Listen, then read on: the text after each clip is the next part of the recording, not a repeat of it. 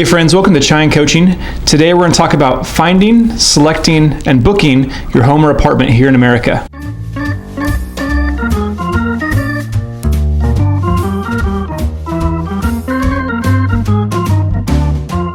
All right, we got a fun video ahead today with some good friends here. Please like, subscribe, comment, continue the conversation.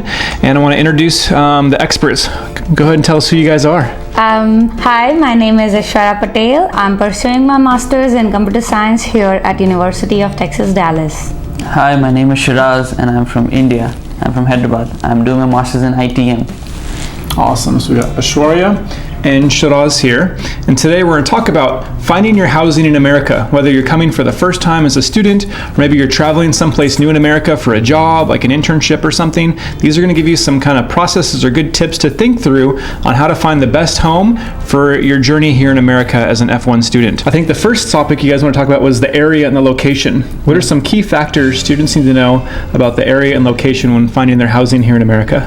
The area is a very important factor here because everything here is very far from so it's very important to find a location which is nearby to the university, maybe within a range of 2 to 3 miles.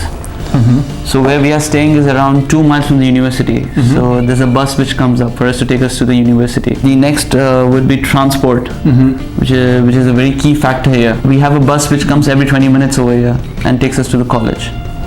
So the bus connectivity is very important. Yeah. A, it's how far you are from the college. B, it's like bus connectivity, because me being the lazy student, so I like to run and catch my buses. So I like bus stops near my house as near as possible. Sometimes the drivers are kind enough to stop if they see us running.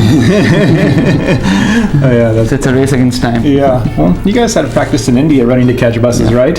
Yes. So I always used to do that. all right, so another couple options and things to consider you guys mentioned is like security and even like the floor or level. What ideas do you guys have about that? 2 years I have been here in USA. I have realized this lately, that when you choose a house, you have to carefully choose it. Don't choose the top floor because of the intense heat. Your ceiling gets hotter and then you pay a lot of electricity bills, which you do not initially see, but then you realize that you're paying a lot of electricity bills because you chose 3rd floor. Another thing is I wouldn't also choose the ground floor, that is also known as the 1st floor in America, because it invites the roaches and bugs directly from the bushes. So it needs 2 times the maintenance that you would usually do in a house which is above ground floor. 2nd floor would be a better option because It's the best. It's the best. It's the best. Anything between, like, usually there are students also staying in apartments which are like 8 to 9 floors or 6 floors.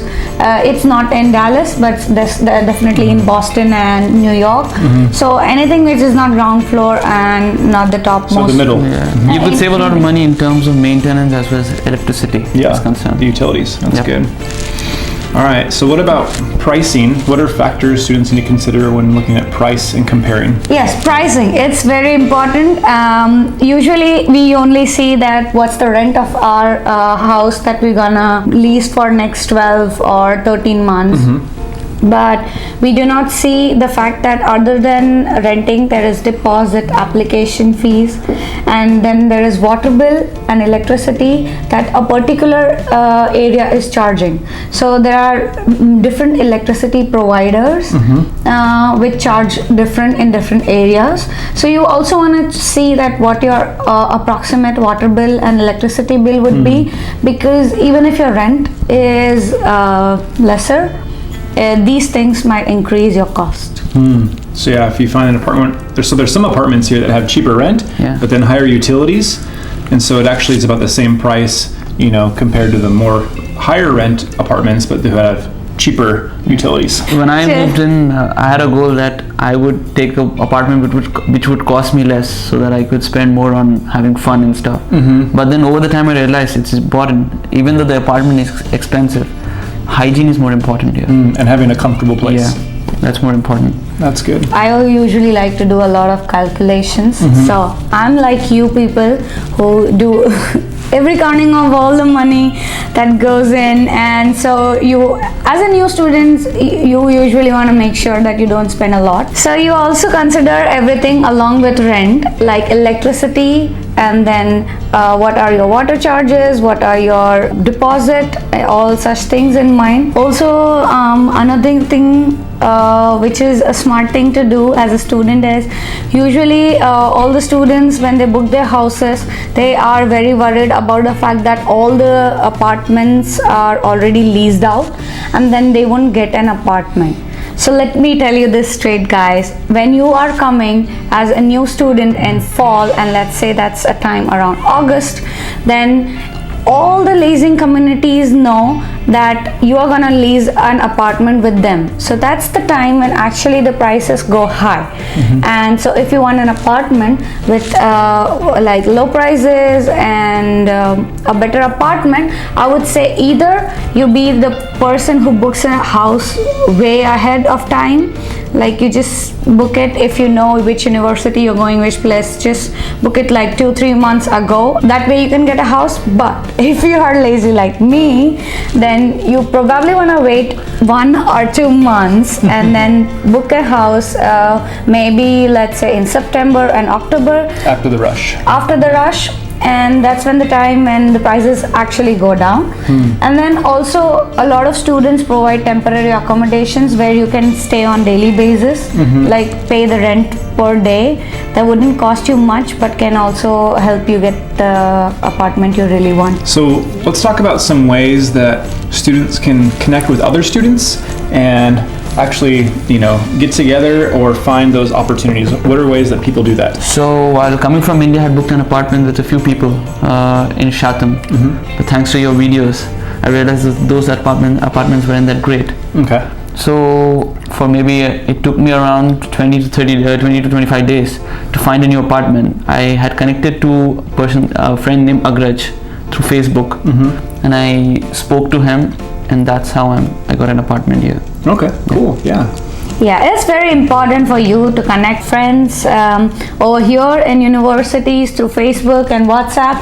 That's how you can easily get more information about what are the apartments which are the preferred location by students. Yeah. So yeah, majority, even before coming, friends will get together on the WhatsApp or Facebook groups, or if you're traveling somewhere else new in the US for a job like CPT or OPT, there's all these Facebook groups in all the cities where you can find, other people from your country to find for, housing, carpool, and so you just got to learn how to utilize those networking platforms. is very important here.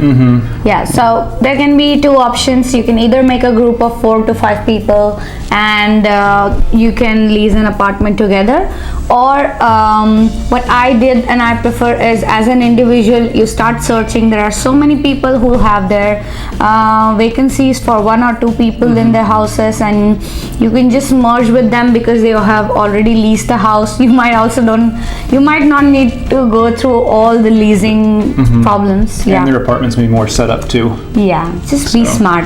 Yeah. So yeah, for groups or individuals, there's always going to be options for housing if you look. So now let's talk about sealing the deal. What do you have to do to book, and all those final things that you can actually get that key and move into your apartment? What are the final steps? So first, just call the leasing office for the availability. If you like those communities and the location and you want to book it, the first thing is deposit. For usually international students, they let you allow you to pay the deposit when you come here. That's when they give you the key. On the same day you have to pay them. So either be ready with the deposit amount on the day when you are going to get the key, or you can pay them through wire transfer internationally. So deposit is one thing to lock your apartment down. Then apart from deposit, you have administration fees and application fees. Application fees is for the lease. That is depending on the number of people who are on the lease, everybody has to do a separate application, and then they do your background check. Usually for international student, because you don't have any background or housing or credit history. You don't have a rental history with the leasing office, so it's usually nothing. But if you do have a rental history, that actually helps you getting lower deposits over here in United States. So if you're staying with seniors, that's a plus because they have rental histories and you don't have to pay a lot of deposit. For new students, the deposit is usually the amount of the whole rent For 1 month. for 1 month. So 1 month worth of rent plus what you actually pay for that month. So it's usually double the money what you're gonna pay for the first month. First month is most expensive. So guys, just don't worry, it's gonna be like that. And be prepared. We have all gone through it. There are 3 kind of fees: application, administration, and deposit. So deposit is usually refundable, but it depends on the condition of your house.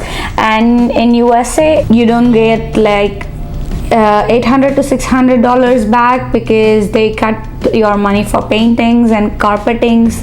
So be prepared for it. Not all amount is gonna come back. Then the application and administration fees are non-refundable. They never come back. So electricity should be set up within the first 24 hours of your move-in. So you wanna make sure that you have your electricity connection and Wi-Fi connection selected.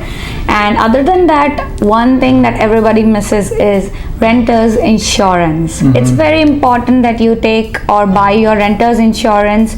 You can actually just buy it online for like it's between $5 to $10 a month. It's very easy to get online. You can pre-plan it and just get it before you go and get the key from the lease. It's a big checklist. We've covered lots and lots of items, but it's important, you have to do things very properly in America. There's many times I've helped students to go move into their apartment. We've got their luggage, they're going to get the key, but they didn't have the renter's insurance, or they didn't have the money ready for the deposit, or they didn't have the electricity connection set up.